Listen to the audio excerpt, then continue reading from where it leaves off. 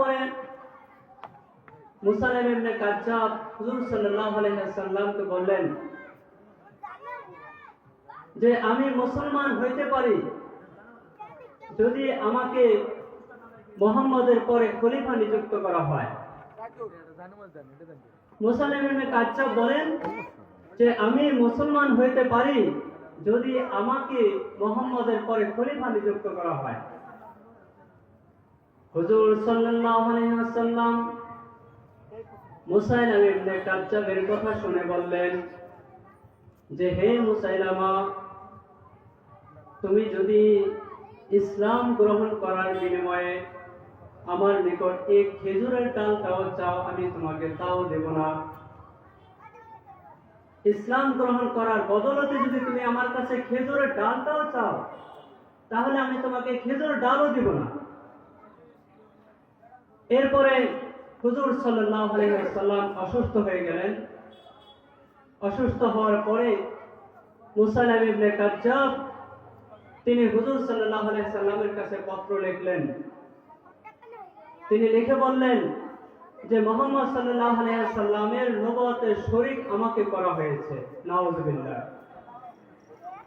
হুজুর সাল্লাল্লাহু আলাইহি ওয়াসাল্লাম মুসাইলামা ইবনে কাজ্জাবের উত্তরে বলেন মানিত্তাবা'আল হুদা। হুজুর সাল্লাল্লাহু আলাইহি ওয়াসাল্লাম বলেন যে আল্লাহ তাআলার হেদায়েতের অনুসারী ওই ব্যক্তিকে আল্লাহ তাআলা হেদায়েতের অনুসারী ওই ব্যক্তিকে আল্লাহ তাআলা নবুয়তের দায়িত্ব দেন যাকে আল্লাহ তাআলা চান। তার বান্দাদের মধ্যে থেকে যাকে চান তাকে আল্লাহ তাআলা নবুয়তের দায়িত্ব দেন। হুজুর সাল্লাল্লাহু আলাইহি ওয়াসাল্লাম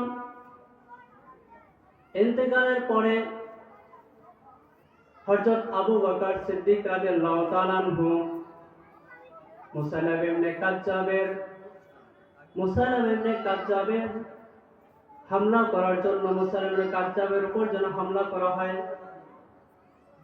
মুসাইলামা ইবনে কাজ্জাবের উপর যেন হামলা করা হয়, এই জন্য একটা প্রতিনিধি দল প্রেরণ করেন। আবু বকর সিদ্দিক রাদিয়াল্লাহু তাআলা আনহু তার সঙ্গী ছিলেন ইকরামা ইবনে আবি জাহিল, তাকে পাঠাইলেন। তাকে পাঠায় বললেন যে তুমি সুরাহবিলকে দিয়ে তুমি মুসাইলামা ইবনে কাজ্জাবের উপর হামলা করো, সেই জন্য এরকম না করে।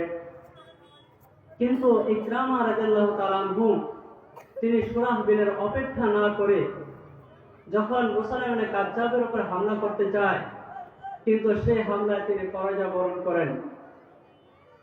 পরাজয় বরণ করাতে আবু বকর সিদ্দিক রাদিয়াল্লাহু তাআলা আনহু তিনি অত্যন্ত অসন্তুষ্ট হন।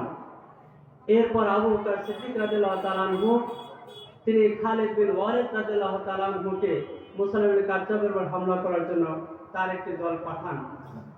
খালিদ বিন ওয়ালিদ রাদিয়াল্লাহু তাআলা আনহু যিনি যখন হামলা করতে চান, তখন মুসাইলামা ইবনে কাজ্জাব 40,000 তার সৈন্যবাহিনী নিয়ে তার উপর হামলা করার জন্য আসে। উভয়ে যখন গুরুতর যুদ্ধ হয়, তখন সর্বপ্রথম মুসলমানদের পরাজয় বরণ হওয়ার উপক্রম হয়। কিন্তু খালিদ বিন রাদিয়াল্লাহু তাআলা আনহু তিনি তার নিজের অস্তিত্বের উপর অটল ছিলেন। তিনি বললেন আমার সামনে আমি একাই তোমরা আসো পারবে। এরপরে তারা মুসাইলামা ইবনে কাজ্জাবের লোকেরা পলায়ন করতে শুরু করলো। কিন্তু মুসাইলামা ইবনে কাজ্জাব সেই যখন খালিদ বিন ওয়ালিদের তাঁবুর কাছে গেল, তখন মুসাইলামা ইবনে কাজ্জাব তখন তারাও পালাই গেল। তারা সাহস করে না তার তাঁবুর কাছে যাওয়ার জন্য। তো মুসাইলামা ইবনে কাজ্জাব যখন একটি বাগানে তিনি আশ্রয় নিলেন, পালায় আশ্রয় নিলেন, গোপন থাকলেন, তখন বারা ইবনে মালিক রাদিয়াল্লাহু তাআলা তিনি বলেন আমাকে সেই বাগানের ভিতরে তোমরা আমাকে নিক্ষেপ করো। বারা ইবনে মালিক তিনি বাগানের ভিতরে গিয়ে মুসাইলামা ইবনে কাজ্জাবের তারা যে বাগানে গিয়ে দরজা বন্ধ করে দিয়েছিল সেই দরজা খুলে দিলেন। এরপরে অন্যান্য সাহাবায়ে কেরাম তারা বাগানে গিয়ে এরপরে মুসাইলামা ইবনে কাজ্জাবের সাথে যারা ছিল তাদেরকে হত্যা করা শুরু করলেন। এরপরে মুসাইলামা ইবনে কাজ্জাব তিনি হত্যা হলেন। তো কিতাবে আসছে যে এর মধ্যে হযরত হামজা রাদিয়াল্লাহু তাআলা আনহুর যে তাকে হত্যা করছিল ওয়াহশ ইবনে হারব, তিনিও এই মুসলমান কাযযাবকে হত্যা করার শরীক ছিলেন। তো সুতরাং এ থেকে আমরা বুঝতে পারলাম যে বর্তমান যুগেও যদি এভাবে সাহাবা ইকরামের জমানায় যারাই নবুয়তের দাবি করছে, সাহাবা ইকরাম তারা তাদেরকে প্রতিহত করছে। এরপরে তারপর থেকে যারা নবুয়ত দাবি করছে তাদেরকেও আকাবে ইকরাম তারাও প্রতিহত করছে।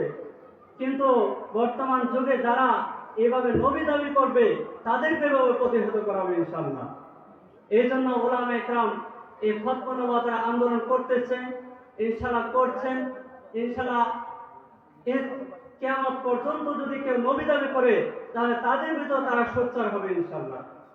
এই জন্য আমাদের সবচেয়ে করণীয় হলো বর্তমান জামানায়, বর্তমান যুগে আমাদের আব্দুল হামিদ মধুপুরের পীর সাহেব হুজুরে তিনি একটি সংগঠন করছেন ফতোয়া নবুয়ত সংরক্ষণ কমিটি। এই ফতোয়া নবুয়ত সংরক্ষণ কমিটিতে আমাদের সকলকে যোগ দিতে হবে, কারণ যে কেউ নবুয়তের দাবি করবে তাদের ব্যাপারে যেন আমরা সোচ্চার হতে পারি, প্রতিবাদ করতে পারি, আন্দোলন করে যেতে পারি।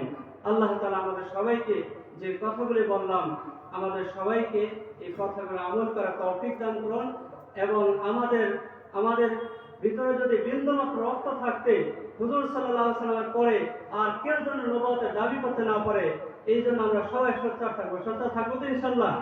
আল্লাহ তাআলা আমাদেরকে তৌফিক দান করুন। ওয়া আখিরু দাওয়ানা আলহামদুলিল্লাহি রাব্বিল আলামিন।